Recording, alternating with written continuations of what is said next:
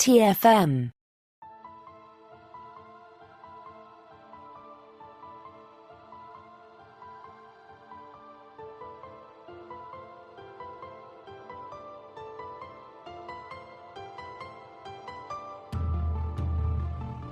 Welcome, Boomers, to another episode of Warp 5, our dedicated Star Trek Enterprise podcast. I'm Christopher Jones, and with me, as he always is my esteemed co-host, Matthew Rushing. And Matthew, a little advice as we start to record.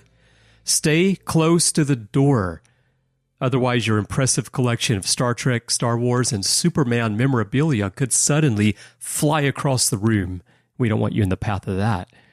Well, Chris, I have been worried about all of these spatial anomalies in my office. I don't know what's causing it, but I do know having to come in every day and pick up has not been fun. It's either that or it's Toy Story in my room, and they're not putting themselves back where they go. So I'm not sure which one's more plausible. Well, everyone, we are going to be continuing our 20th anniversary rewatch of Enterprise today with the first episode of Season 3. We're shifting gears with the Xindi, and here's a quick rundown of the story. As Enterprise journeys deeper into the Delphic expanse, a tip from a freighter captain leads to an inhospitable planet where a lone Xindi may hold the key Archer needs. But finding help in this region of space is not so easy, especially if you don't keep liquid platinum on hand, and Trip and Archer find themselves in a Trellium-D Pickle. Thank goodness the NX-01 is now carrying a brigade of soldiers ready to extract the group of would-be explorers from whatever danger they happen into. But after a harrowing adventure, Archer finds that he's no closer to locating the Xindi homeworld. All the crew has to show for their efforts are a debris field and a massage. So, Matthew, I know you want to talk about the massage, but we'll get to that later. Let's just start with the most obvious thing that we see at the start of this episode, the Xindi themselves, the concept of the Xindi. For once, Star Trek does something at this stage in its life as a franchise that's really different than they've done before. We've got 5 distinct extant species of Xindi, in this case, on one planet, sharing the planet. What did you think about that concept? You know, I think as a concept, you know, and again, look, it's science fiction, so you can do whatever it is that you want. And I think that's the beauty of that. I think that it makes for an interesting dynamic then. It's quite fascinating to me because even while doing the 5 distinct species, they still pull off the mono species, though, because all aquatics are the same, all arboreals seem to be the same, the primates seem to be, you know, so I find that to be kind of interesting, that they still kind of fall into the same Star Trek trap, even though we're doing something that's a bit different.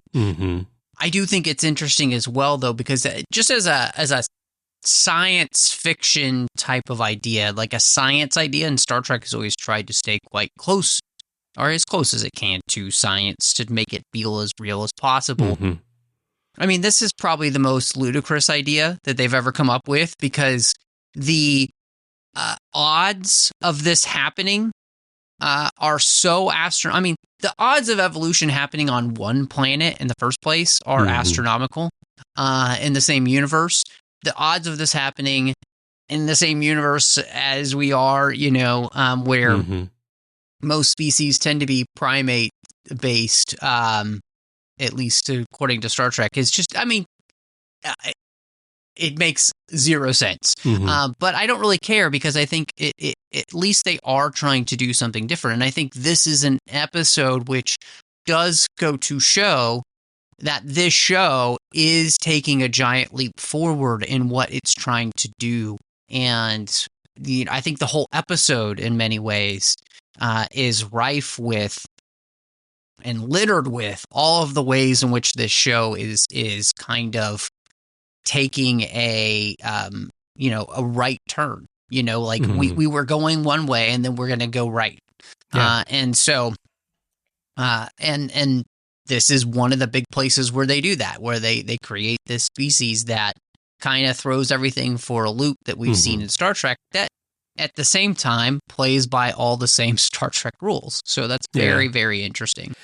Yeah, it's an interesting point about how within the different species of Xindi, they have that monoculture. I hadn't thought about that too much because when I look at the Xindi, I'm more focused on the fact that they're showing that on this one planet, there are these different groups. And when you look at the planet as a whole, if you look at the group that we would just call Xindi, you've got this diversity that we haven't seen very often in Star Trek. Certainly not up to this point. You know, the newer series have done a better job of trying to add some diversity to familiar races, like the Klingons, for example. But at this point, it was pretty fresh.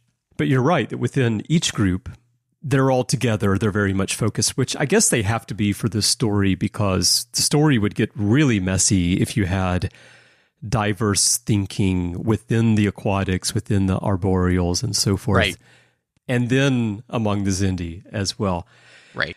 As a science fiction concept, I do enjoy it though. And like you said, the odds of this happening are astronomical. But given the size of the universe and the number of planets and the number of chances, it's possible that this could happen once, but it's not something that you're likely to happen across.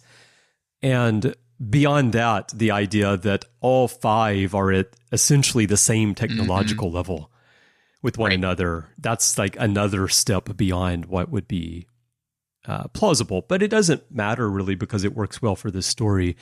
And the other thing I like about it for the story is that it complicates Archer's mission.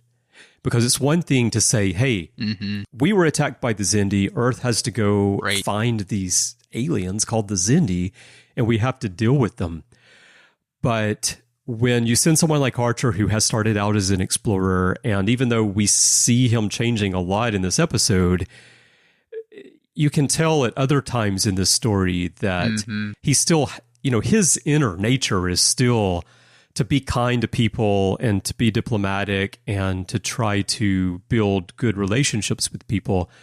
And when you throw him this curveball of, hey, it's not one group of aliens that we're dealing with here. We're going to be dealing with 5 groups and they don't even agree with each other. And then you have to somehow deal with them to save your homeworld. Your mission becomes far more complex. So I think that they, from the very beginning, they've set up this story to give themselves a lot to work with as writers. Well, and the other thing about this is, and I find this to be a conundrum then for Archer and the crew, which is when you find out that there are 5 distinct species, well, you can't then just assume that they're all together in the same area, exactly. You know, and maybe some Xindi are a part of this, some Xindi aren't. I mean, and I think really what it does is it creates a amount of complexity, you know, as we're starting off on this mission to just show that this is not going to be a quick fix. You know, I think the episode does that as well in the sense that, you know, they've been in the Expanse for 6 weeks and they've really found nothing so far. They're already running into spatial distortions, which are causing havoc on the ship. And then you throw in this whole thing about there being more than one Xindi species. It really does, I think, let you know that there's a lot going on here. And I think it also, what's so interesting to me as rewatching this episode actually sets up the entire arc in here, which is that they are going to find Xindi who will help them. And it was really fascinating. Of course, you know, we have this Xindi where, you know, Archer has rescued him. He's brought him back regardless of, you know, what he had done. And his humanity wins out. And that humanity is what gives them the opportunity to, they found a debris field, but they also had a Xindi actually help them. And so I find it very interesting looking in retrospective, as we are, 20th anniversary. This really sets up exactly where this whole story is going to go in the very first episode, which kind of creates a good sense of writing, because if you're paying attention, even in this very first episode of this season, you're getting a picture of how it's going to end and what it's going to take to actually conquer the problem that we've set up with the Xindi, and the fact that maybe it's not really the Xindi that are the problem. And so I just found that really kind of fascinating. Yeah, definitely.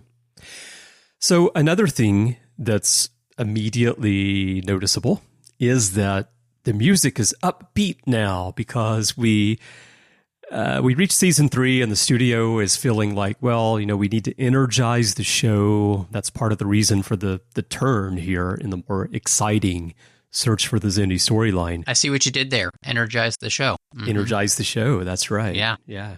And also, we get Star Trek Enterprise on the screen as the title. This is the moment where they decided that maybe people would be confused about what the show was if it didn't have Star Trek in the name on the screen. Now, we've talked about that many times on Warp 5 and elsewhere on the network. What I did notice this time, which I didn't think about in past viewings really, is that when Archer reads the dialogue at the very beginning, the recap of the previous season, he says previously on Enterprise. He doesn't say previously on Star Trek Enterprise.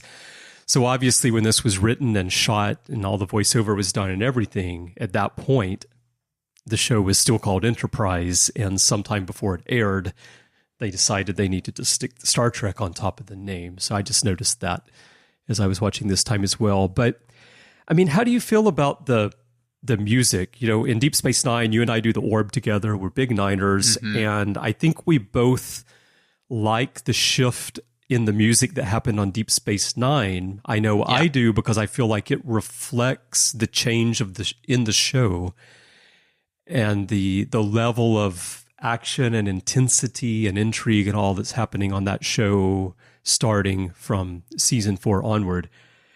Here, do you feel the same way? And do you feel like the style of the upbeat nature fits the story that we're getting here in season 3?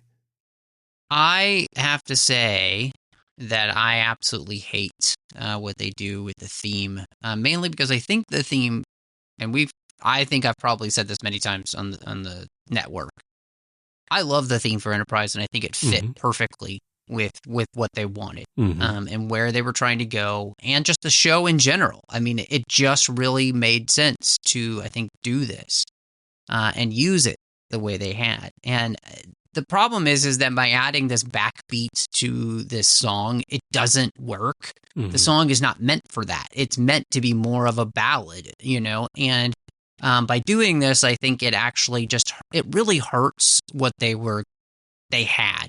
I think that makes the song even more cheesy than it was before. That's the problem. If you were worried about the show and its cheesiness, well, what you've done is you've just made it 20 times worse, I think. And so I find it to be really dumb that they made this decision. And I do really think that it just hurts the series. And that's frustrating, because you didn't need to do this. So, yeah, I think the difference here between what they did with Enterprise and what they did with Deep Space Nine for me is that with Enterprise, there are a couple of problems.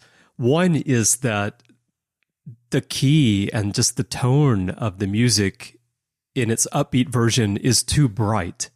It doesn't fit the story. Whereas the Deep Space Nine one fits perfectly. And actually, one thing I love about the Deep Space Nine one is they put that bass line under there that doesn't quite mesh with the melody. It feels like it's fighting the melody all the time. And I think that reflects the nature of the show very well. Here, they're on this mission to find people who killed 7 million people on Earth. And you've got this kind of bright, upbeat theme to it, which it just feels odd. Right. And I love the theme for the show, and I think it works wonderfully in the first 2 seasons. I think it reflects what the show's about. This like finding your way to the stars and journeying into the unknown, and the pace of it reflects the fact that you don't know what you're going to get into. You're a little bit cautious as you explore. And I think that in this situation, even though there's this sense of urgency to find the Xindi, there's also a caution, even though Archer tells Malcolm in this episode that we can't just be cautious all the time. We don't have time to do it. But there is, right? Because they don't know what they're getting into. And I think that if they were going to make it upbeat, it should have been done in a more serious tone, a more like a feeling of risk to it, and instead of a feeling of fun, which is what they ended up doing. And ultimately, it seems like they did it just because someone on the studio executive staff thought that, you know, we got to pep things up a little bit. We got to energize the show, as I said before, without actually having a good reason behind it. So yeah, I'm not a fan of the upbeat music. Well, and like you said, and especially just look, season 3 is a shift in tone, and it's darker.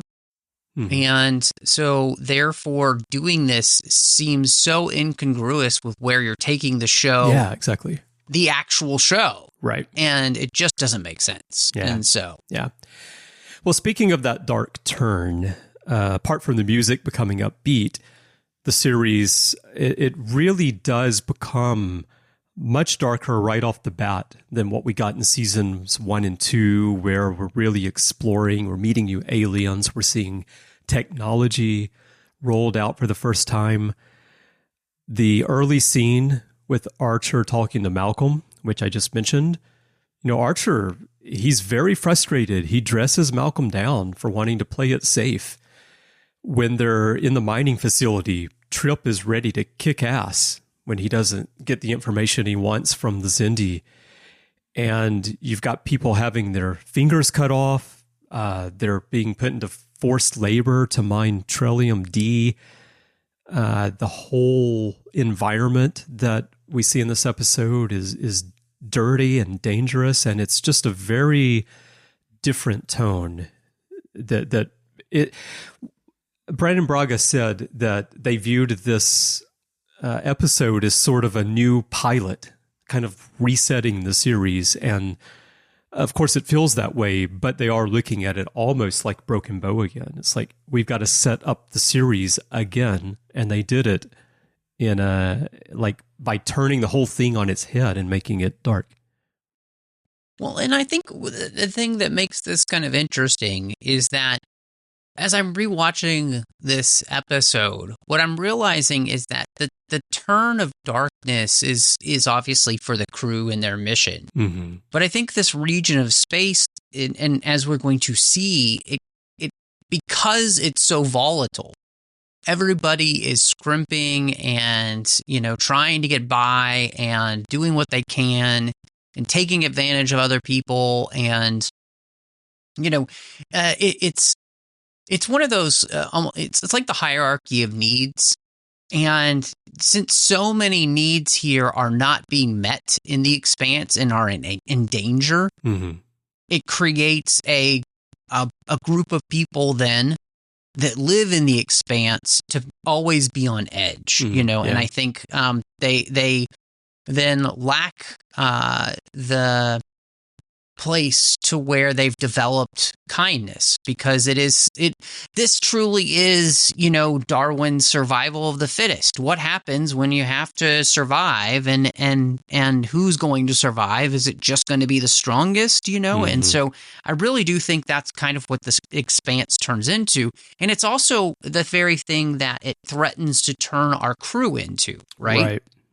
Which is to abandon their ideals for the idea that it's only about who survives, and who survives is about who has the right amount of power, which is so fascinating. We're playing with all these ideas in a world that has, in a universe that has no reason to play nice, right? You know, I mean, there's no higher standards that they have to hold up to other than the ones they impose on themselves. And so it's a fascinating discussion that we end up having here with these characters, but the Expanse itself, I really think, is what allows them to play darker, because it's not just the mission, but it's also this area of space, which has created, these races of beings who are living in this expanse, where, as we'll learn later, this area of space wasn't always like this, right? It's slowly gotten worse and worse and worse, which in some ways then sees how people there have gotten worse and worse and worse. And so,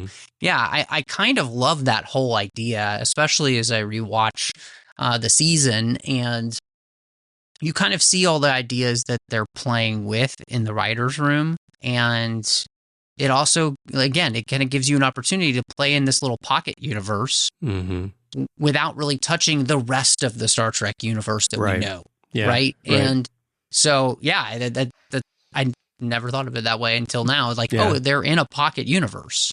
Yeah, pocket universe. Sounds like a good game name or a product name. And also, you said it wasn't always this way, but it gets worse and worse. It sounded like you were describing the airline industry for a moment there. Very true. I mean, yes. Also, not the safest, and you're not quite sure where things are going to end up, right? I mean, Superman tells us, though, it's still the safest way to travel. So, statistically speaking. Yeah.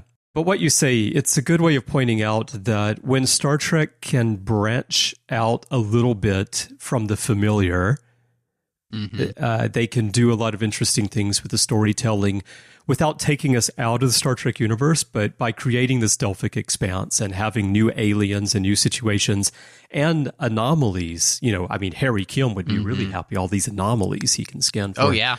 But having these anomalies and having substances like Trellium-D that we haven't heard of before, but are all still plausible within the framework of the Star Trek universe as we know it, opens up all kinds of storytelling that was closed off before.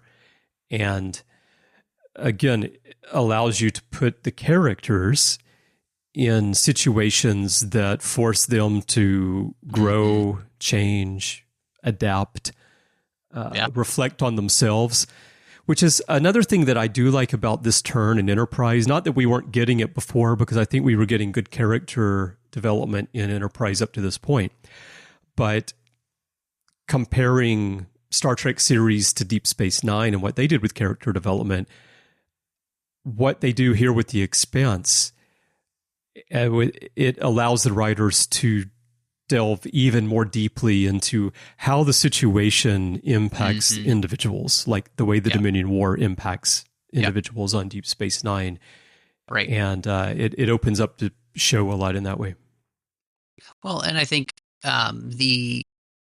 we've spent 2 years, right, of these characters. They've been out in space. They've been exploring. They have these ideals of what that's going to be like and what it's going to look like, right? And they've slowly been realizing that it's going to be different than they thought. And this event kind of slaps them all in the face to and to wake them up to say, yes, it's going to be very different than you thought, right? And so really in many ways, Enterprise in this season is doing exactly what Deep Space Nine did in its seasons, which is to challenge the preconceptions of the ideas of the Federation and what would be the Federation, right? And so this, we've talked a lot about on how Enterprise is all about, especially in the Vulcan side, about them overcoming who they were at that point and growing and becoming better than they were. And I think this is also the same place that we have our human characters, and really it's about, can we overcome the basest parts of our nature to rise above even when challenged, and not just return to our instinctual natures. And that's the questions that are being asked, especially when we're put to the challenge, and there's a big challenge here in much the same way the Dominion War challenged all of the Federation and the Alpha and Beta quadrants. It's on a much smaller scale because it's just humanity and, T'Pol that are being challenged. And so, Flux. Well, yes, true. But what we're doing here is we're also forging the humanity.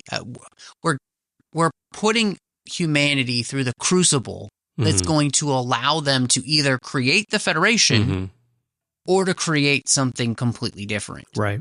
And so that we're putting them on that knife's edge, and this whole season is about that, and of course season 4 is about that as well. And so it's a really interesting challenge, because other than Deep Space Nine, you've never really tried this before in Star Trek, and at least at this point. And also it's interesting that in Deep Space Nine, with the Dominion War and Section 31 and so forth, we're dealing with trying to protect the Federation, protect the ideals that are very well established at that point. But here, like you say, we're dealing with pre-Federation. So we're dealing with a situation that could lead to the Federation either never being founded or being founded under very different ideals than what we're accustomed to, and would change the entire course of humanity and the galaxy, at least the Alpha Quadrant, Beta Quadrant anyway. Exactly. Yeah, for sure. Well, speaking of changing in that way, fans love to debate for many years whether Starfleet is a military organization or a scientific exploratory organization. And I maintain that it's a bit of both by necessity. Right. But in seasons 1 and 2 of Enterprise, it really is primarily a scientific exploratory organization. But here, the MACO, the Military Assault Command Operation, comes aboard. We get soldiers posted to Enterprise. It was mentioned in the finale of season 2, and now they're here. And it really militarizes Starfleet, at least for the time being. So what do you think about that in terms of what it allows the writers to do, but also how it plays into Starfleet as we come to know it, and perhaps as an in-universe explanation for why Starfleet shifts in that way? Yeah. No, I think that really is the whole key to me. The MACOs, in many ways, I think, go to prove that Starfleet needs to be a bit of both, right? That the military aspect and training that comes along with being out there is a must, while at the same time having the goal of being scientific exploration with the hope of not needing these your military training, right? And so I think that, to me, is the thing that really makes this work, because it does give a great explanation as to why Starfleet becomes what it becomes as we move further down the line, especially into Kirk's time and then into the next generation. And so, and where, you in some ways, then, you're watching the original series and Kirk's like, I'm a soldier, not a diplomat. And so I think that you can see how much things have changed by that point, right? And, Kirk sees it more as his role is to keep the peace while exploring, while Archer saw himself mainly as an explorer up until this point. And so, yeah, I like the MACOs. I think it's a really interesting idea.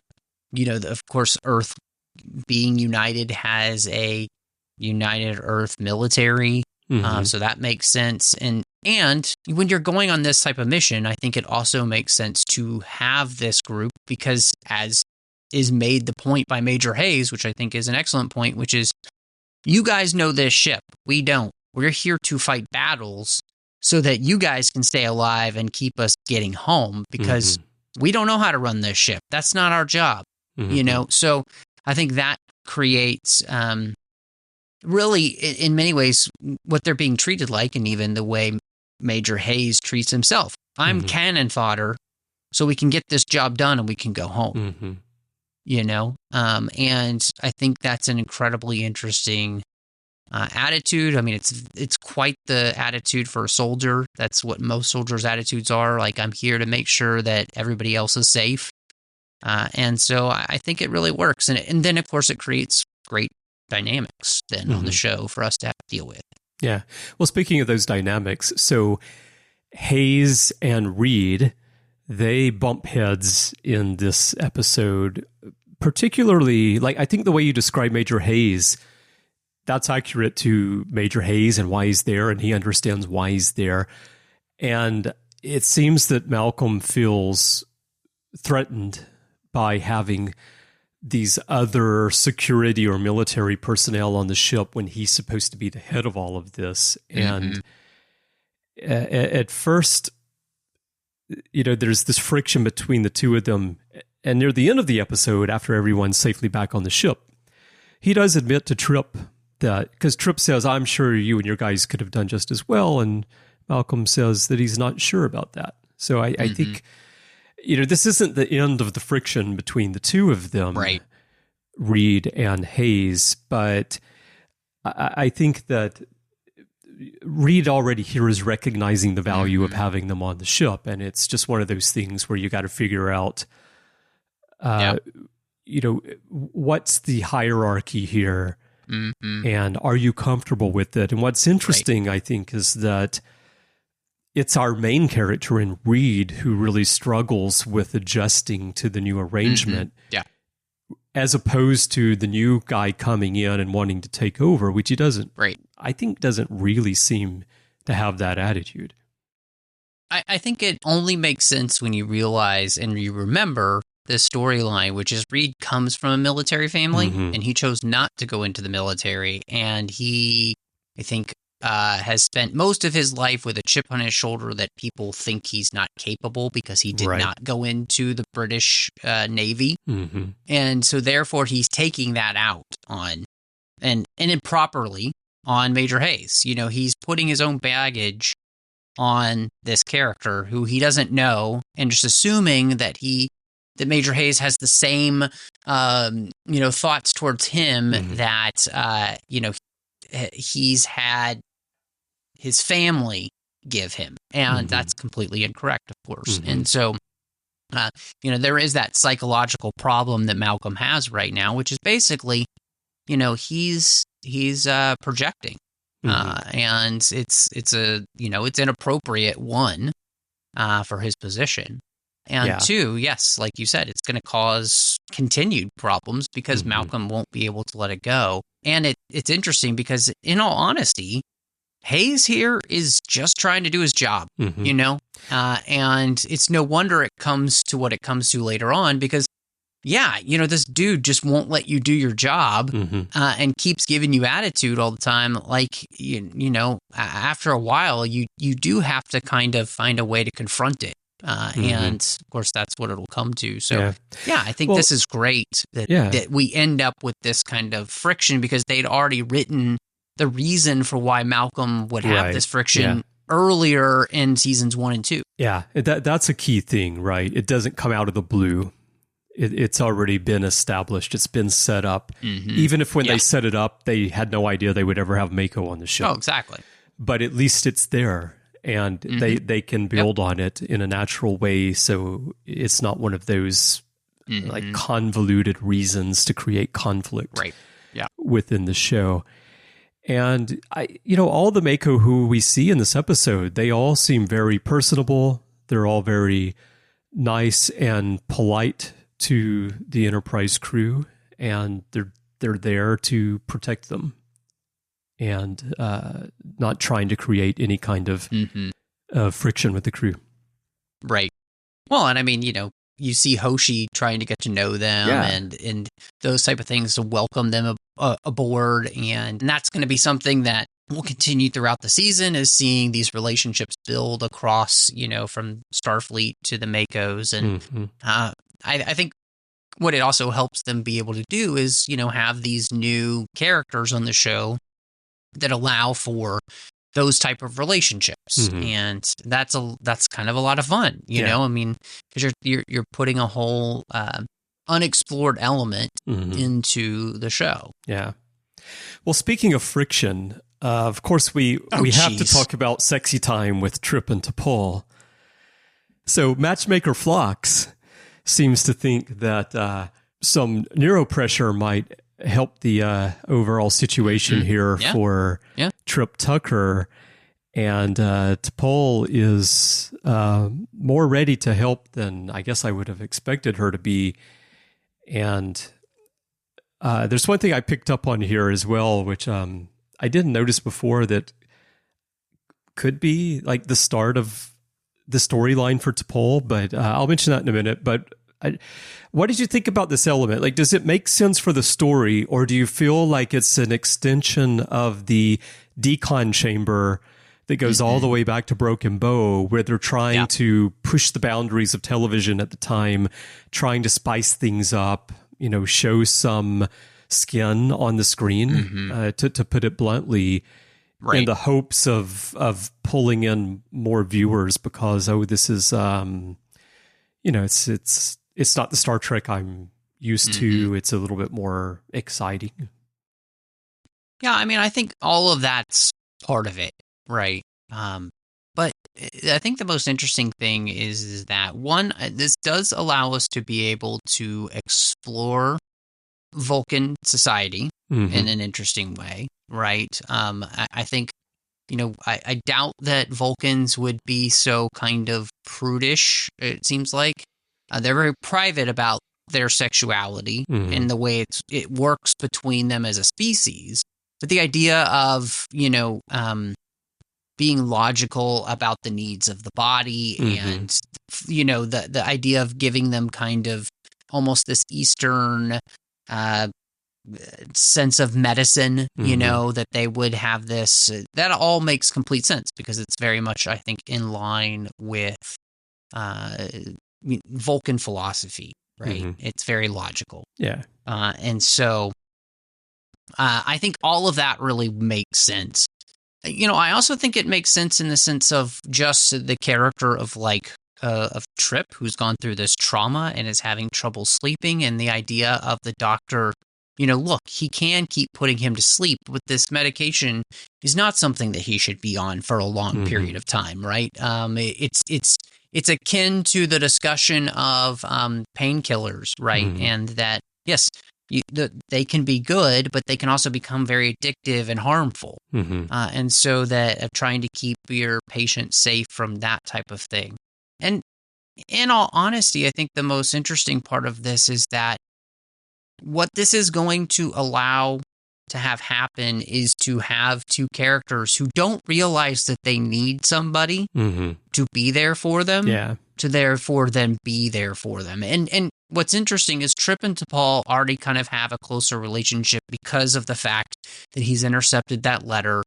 He knows some very personal things about her. They've begun to grow closer, and this just allows them to continue to do that. I think the biggest problem is that Enterprise, and this is the beginning of it for these two characters, but Enterprise was afraid to do the thing that was so successful in Deep Space Nine, which is if two characters should be together, put them together.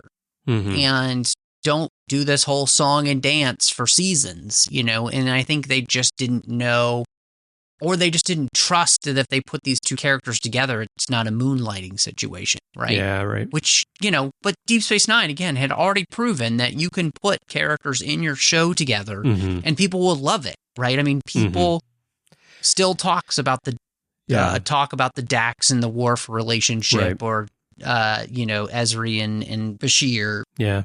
And so I do feel like putting two characters together on that station, the dynamic is a bit different than putting two characters together on such a small ship like the NX-01, where both of the characters are part of the senior staff as well. So I can understand some hesitation there, but I think that, like you say, this scene reads very differently once you know what it leads to with the characters in the long term, and then it makes a lot more sense. Based on just the scene here, if you watched it one time, As a journalist, as a writer, if I were writing a headline for this, at one point I thought my headline would be "Florida Man Misses Hints," because it seemed like he was missing the what T'Pol was trying to tell him at the beginning of the exchange here in her quarters. But yeah, I think that they're taking chances with the writing, and they're doing something that, like you said, they were afraid to do earlier. And not to jump too far ahead here in the rewatch, but it ultimately leads to some really good character development, and so it does make sense to have it in here. Yeah, I agree. Yeah. So one more quick thing I just wanted to ask your thoughts on. It's not only at the end, but I'm thinking of the final scene where we see the Xindi insectoid saying that, hey, if you guys don't go take care of them, I'll go destroy their ship myself, or, have my guys do it. The visuals at that point of the insectoid, when we look at it now, it seems pretty basic, might even seem a little bit primitive in terms of a CGI character. But at the time, I remember watching it, it was pretty groundbreaking to have that kind of CGI character on a television show, on a TV budget at that time. How do you think it reads now when you watch it with the HD? I guess it's not remastered because it was shot in HD in the first place. But when you watch it on Blu-rays, how do you think it reads now? It's interesting because for the most part, the show still looks pretty good. My wife and I have a brand new OLED, and the show does well for the most part. I think, we were at the time still where, we're not rendering things in higher quality than is needed, and this is still at this point we're pushing the boundaries of what's available and what's best to use on television, and they're definitely trying. And so I don't get upset about that. I mean, there's a big difference in being a pioneer and then doing something now. I think when you see when I see what you did in, say, episode 1, right? You're literally pioneering again new technologies that if you don't make the push, you're not going to get into the mainstream. And Lucas was always willing to do that from the first Star Wars series, the second Star Wars series, and everything in between, right? And so I don't get upset about people trying to push those boundaries and push mediums in new directions. And Enterprise is trying to do that. I have no problems with it. And I just don't, is it great? No. Do I care? No. I think it's a little bit different than, when Babylon 5 tried to do CGI. Yeah. You just were not ready. Yeah. Well, they were 10 years earlier than this trying to do that. And the computers back then were not capable of rendering stuff like that. Yeah. Right. And so I think that's a place where you were trying to push the boundaries too quickly. And so, but, with Enterprise, I don't really have a problem with it. And I think this show still holds up and looks pretty stinking good for the most part. And in this season, too, they've made things slightly moodier with the lighting, and I think it actually works for the show. And but you can also still see things on the bridge, so it's it's not one of those situations that people complain about, say, with Star Trek Picard. Yeah, where you can't see what's going on, right? Yeah. No, I think the insectoids look quite good. Obviously, they would look more realistic today if they were to create this today. But on a TV budget back then, I think it was great, and it still looks good today. So what are your final thoughts, Matthew, for the Xindi, the episode that is, and your rating? It's a great start, I think, to the season, honestly. I think that what it sets up is that this is going to be an incredibly tough mission for this crew, and we are going to put them through the ringer. And how they come out of it is going to be very interesting. And we're pushing everybody's buttons, and we're going to push everyone to the edge, and maybe a little bit beyond. And I think that that's a really great place to, after 2 years with these characters now, is to see what they're made of. And I can't wait to continue as we do that with season 3. And I'm going to give this 4 out of 5 pinchers, because, those insectoid pinchers, you got to watch out for them. Pinchers. So, yeah. That's a good one. Yeah, I think it's a great start to the story as well. And especially when you go into a setup like this and you know that you've got 24 episodes in this story, as opposed to today when you go into a setup and you've got 10 episodes. Right. Just imagining where they're going to go with this and how involved the story is going to become when they have that much time to work with is exciting. And I've come to enjoy it a lot more over the years than I did when it first came on. I think, as we'll probably discuss over the next few months, I think the story of season 3 works best when you watch it quickly, and rather than one episode every week waiting for things to unfold. But it's a really good start to it. So I'm going to give this episode 7 Duluth inflections. Fantastic.